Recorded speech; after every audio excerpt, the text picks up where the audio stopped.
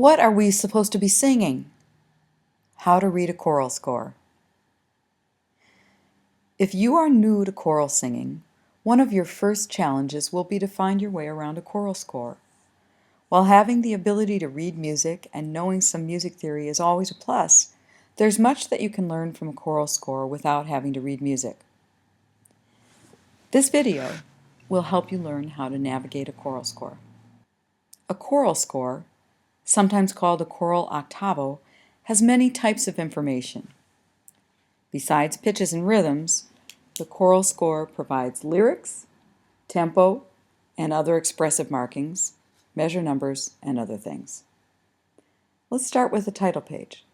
As you can see, you're looking at 2 pages of a choral score. You can see the title at the top,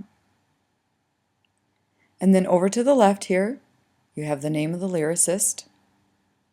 Over on the right, you have the composer, sometimes with their dates, and then the arranger and sometimes the editor. Sometimes directly below the title, you'll see the parts that are singing, like SATB and piano, and you'll also see a dedication. Then below all that, we start to have information about the music. Over here, we have a quarter note equals 78. That gives you the tempo, how fast or how slow. It tells you that there are 78 quarter notes in a minute. Over here, we have a dynamic marking. This one is mezzo piano or medium soft. It tells you how soft you're supposed to be singing. If you want more information about dynamics, Google dynamics in music and you're going to come to some really great information. The next thing you want to look at are the lyrics. You notice here that the lyrics lie below the notes. In fact, each syllable lines up with each note. This is really important information. A choral singer needs to know exactly what note goes with what pitch. This is called text underlay. You can notice that the text here isn't typed like you would find in a regular document, just evenly spaced. It actually fits exactly with the notes. So this is really helpful. All right, then over here you want to look and you note that the notes are on 5 lines, 4 spaces. This is called a staff, right? And that just means it's what we use to put notes on. Over to the left, you notice this bracket connecting these 2 parts. That bracket indicates a staff system, and what that means is anytime 2 or more staffs are connected by a bracket, it means that everything in them is happening at the same time. So these notes are happening at the same time, these are happening at the same time, these are happening at the same time. What's not happening at the same time is these are not happening at the same time as this, because this is not connected to those 2. So that's what a staff system is. Notice also over here, it says soprano and alto. Those are part names. Frequently you'll have soprano, alto, tenor, bass. Sometimes you'll have part 1, part 2, part 3. Your conductor will usually tell you which part you're supposed to be singing. Sometimes you're going to sing more than one, but that's what you're looking for. And they'll generally, again, be all bracketed together. So sometimes you'll have 4, 5, even 20 staffs together at one time. You might also notice that below we have soprano, alto, and then they're abbreviated, S.A. With all of these different parts going on at one time, trying to stay on your part can be a challenge, especially when you need to turn a page. So let's look at how we do that. I still can't find my place. How to find and follow your part. Your conductor has just said, turn to page 4, third staff system, measure 35. What do you do? To follow your own part, you need to know 3 or sometimes 4 things: the page number, the measure number, the staff system, and the staff line or part that you should be on. The The page number is easy. Most octavos have the page numbers labeled just like in a book. Just make certain to listen for those instructions from your conductor and get to the right page. Measure numbers are a bit trickier. First, what is a measure? In simplest terms, a measure is the distance between two bar lines. These bar lines are not put in randomly. They are based on the time signature, which indicates how many beats should be in each measure. Having these bar lines makes music much easier to read because using them can help you find your place very quickly. Here's a bar line right here. Here's another bar line. So the space in between them is one measure. You can see that this line has 1, 2, 3 measures. Another thing you want to notice about measures is that they're sometimes numbered. This is really helpful. So right over here, we have the number 4. That's because it's the fourth measure. 1, 2, 3, 4. Frequently, you'll find measure numbers only at the beginning of lines, like here, 4, 9, 14. Or sometimes every 10 measures will be numbered, and so on. A good choral singer, though, goes ahead and numbers all of their measures, even if some of them are already marked. So you would just go in and write 1, 2, 3, 4, and so on. The staff system is not too difficult to figure out. As we discussed earlier, each staff system is simply 2 or more staves that have been connected on the left-hand side by a bracket. The top group would be the first staff system. This would be the next or second staff system. This would be the third staff system and the fourth staff system. When you go to a new page, it all starts over again. First staff system, second staff system, third staff system, fourth staff system. Notice here, this fourth staff system, that there are now 4 parts joined. That's because we've added the tenor and bass here, and you can notice that they're coming in over here. Following your part or your staff line.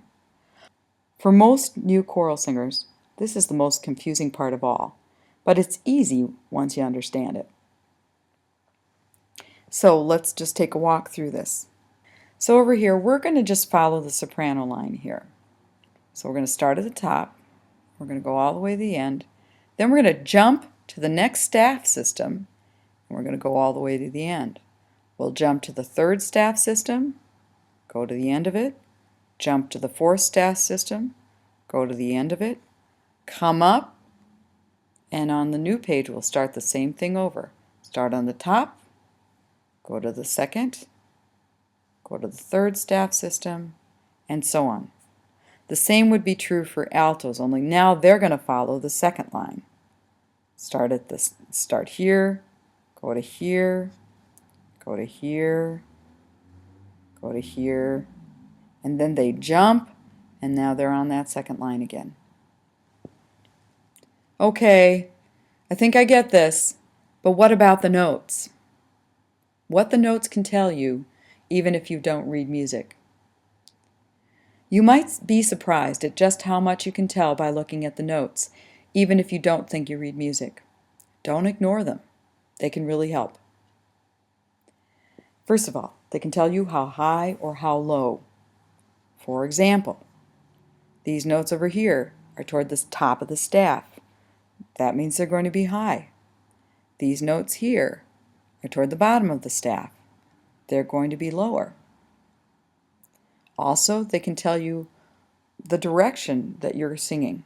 You notice how these notes are going up. So your pitch is going to be going up. Then this is higher, then this is higher. Then you have a little skip here and you're lower again. You go a little higher, a little lower, and a little bit lower again.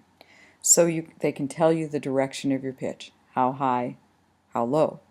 Notice that some notes are close together in pitch, and some have a little bit of a skip, like line to line, and some have a big skip, like this one here. So when they're right next to each other, like line to space or space to line here, that means you're moving only by steps, so the pitch is going to change only a little bit. When you have a gap, like a line to line or a space to space, you're going to sing a little bit wider, a pitch change. And when you have a leap, like this, there's a bigger pitch change and the melody is more angular. Another thing you can see is if your pitches are the same. So for example, here you see that song ends on this line. Even if you don't know what that note is, if you're singing it, you know that is going to be the exact same pitch. You can also see patterns from the notes on the page. Remember the song, "One of these things is not like the other" from Sesame Street? Well, maybe not. But at one point in your life, you had to match things, like finding all of the things with the color red or putting all of the squares together. Well, you can use those same pattern reading skills to help you figure out your music and learn it more quickly. I'm going to show you this right now in this video, how this might work. Let's compare the alto and soprano part on this page line by line. Notice on the word my, they're singing the same note.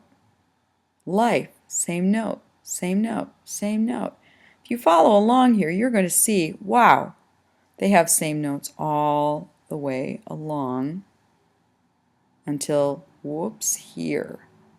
This is where it starts to change. Well, this is a huge amount of information for a choral singer because it means that if you're not singing what everybody else is singing, you're probably wrong because everybody else has the same part. But then if you're singing what the altos are singing over here, well, then you also have a problem because now it's supposed to be different. So you can look at patterns to help you figure out your music. You can also use this to help yourself find your next pitch. Say you've had some time where you haven't been singing for a while and you really don't know where to come in. Now, I don't have a really good example of this right now, but I'm going to show you something. Let's assume that the altos didn't have this pitch over here, but they had several measures of rest, and they just didn't know what their next pitch was going to be. Well, they could guess, or they might have music theory skills or perfect pitch or something, and there's all sorts of ways that they can get this pitch. But one thing they can do is to look at the parts around them and see what comes ahead of time. And if you notice, here the sopranos have this same exact pitch, one beat before the altos. So the altos know that if they listen for the soprano pitch, they can get their first pitch. Good choral singers are always aware of what their other parts are doing, both by using their ears and by looking at the other parts in their music. I hope that this video has made it easier for you to find your way around a choral score.